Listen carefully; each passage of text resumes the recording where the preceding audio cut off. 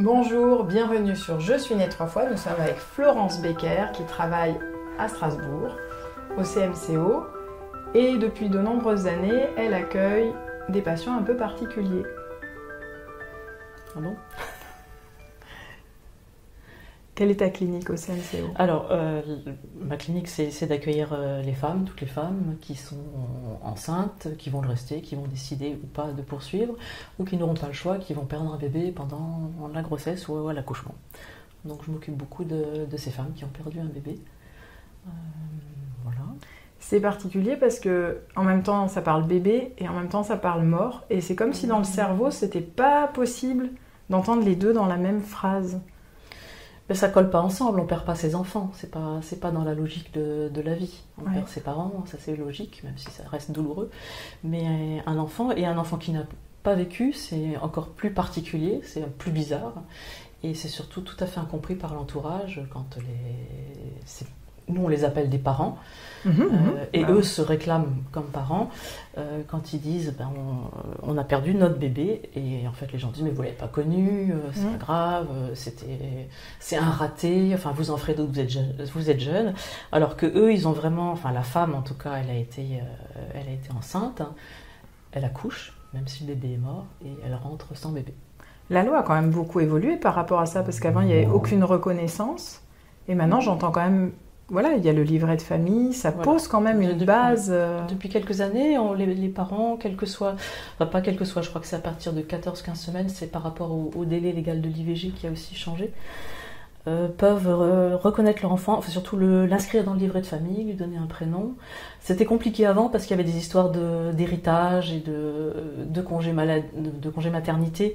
C'est-à-dire quand on a 3 enfants, on a plus, c'était pas considéré comme un enfant, voilà. Mais finalement la loi a changé.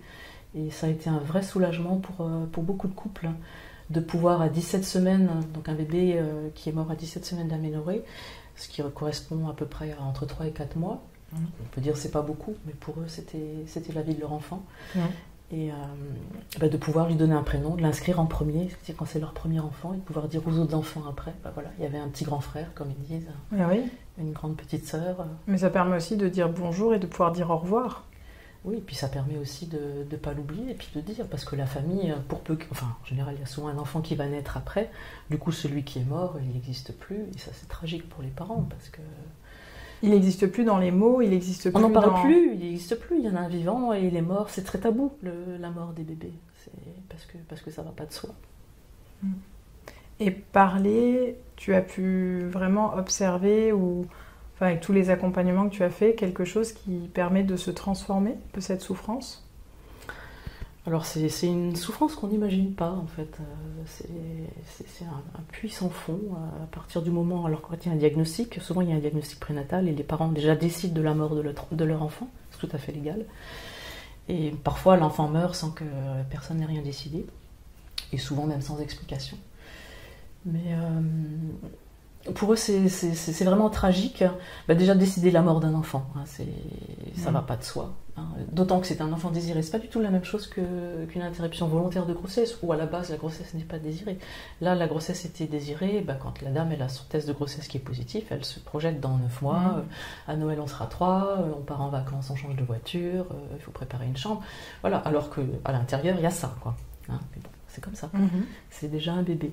Donc nous, par notre accompagnement, on leur permet, et on leur permet seulement s'ils le souhaitent, c'est-à-dire qu'on leur propose tout un éventail de possibilités. Donc déjà, on voit un petit peu eux où ils en sont, est-ce qu'on parle de bébé ou pas, est-ce qu'ils se sentent parents, et souvent on leur laisse le temps de cheminer là-dessus. Donc il y en a qui vont dire non, pas du tout, c'est un embryon, c'est défensif et c'est leur façon de vivre. Il n'y a pas une bonne ou une mauvaise façon de faire un deuil, celle-là en est une. Et puis il y en a d'autres qui vont cheminer petit à petit en parlant de leur bébé, en se sentant parents, sachant que la réalité c'est quand même la femme elle accouche pour de vrai en salle d'accouchement. Et elle est hospitalisée, mais sauf qu'elle ressort sans bébé et que ce bébé ne pleure pas.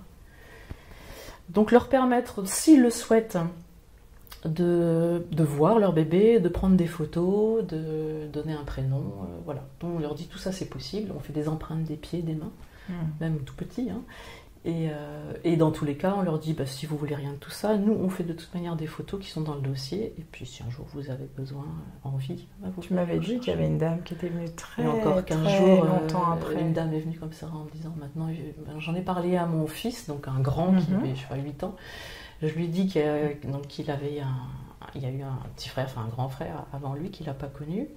Et je voudrais voir les photos. Donc, bon, on a fait des fouilles pour retrouver les photos d'il y a 10 ans. Et là, tu as pu l'accompagner. Oui, bien sûr. Ouais.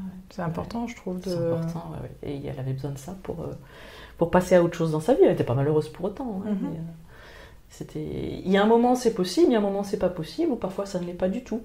Et nous, on est vraiment dans le respect de là où en sont les gens. Et puis, ça peut être dans un couple, il y en a un qui veut voir le bébé, il y en a un, c'est un embryon, il veut rien voir du tout.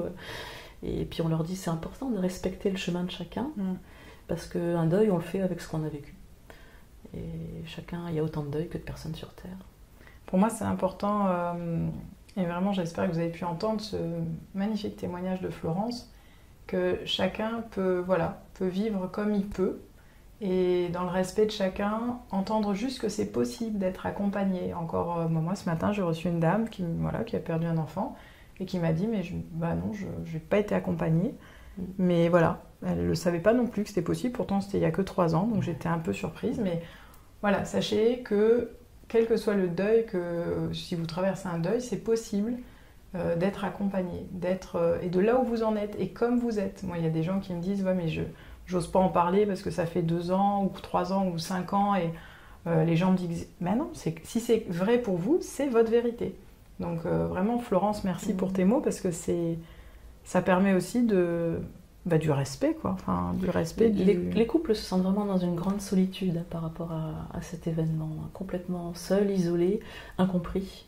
Et c'est aussi pour ça que là où je travaille à l'hôpital, on propose des groupes de parole justement pour ces parents. Donc ceux qui souhaitent, évidemment, tout le monde ne vient pas, mais pour échanger, pour se sentir moins seul. Et puis pour prononcer le prénom du bébé aussi, parce que plus nulle part on peut le prononcer sans être jugé. Alors moi j'entends des histoires pas possibles, des pédiatres, quand il y a un bébé qui naît après, la dame, le couple va chez le pédiatre pour le premier mois du bébé, on leur demande c'est votre premier? Déjà là, gros blanc, oui mais enfin non, comment dire, voilà, j'ai perdu un bébé l'année dernière ou il y a 2 ans, à 7 mois de grossesse. Et puis là elle se met à pleurer, le pédiatre qui la regarde, qui lui dit mais vous n'avez pas fait votre deuil madame? C'est pas normal, allez voir un psychiatre. Voilà. Et ça, c'est extrêmement courant, d'où ce sentiment de ne pas être compris et de se sentir complètement seul. Et donc d'entendre qu'il y a d'autres personnes qui vivent, que chaque cas est différent, mais que quel que soit ce que nous vivons, ce sentiment de solitude, c'est une illusion. Il y a d'autres personnes qui vivent des choses complexes, difficiles, et que c'est possible de lever le voile de la honte pour être accompagné.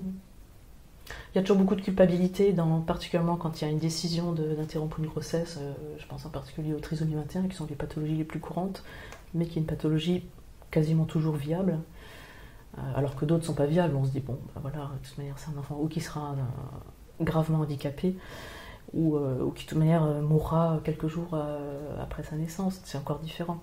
Mais la culpabilité est très envahissante et c'est difficile d'en parler, très difficile.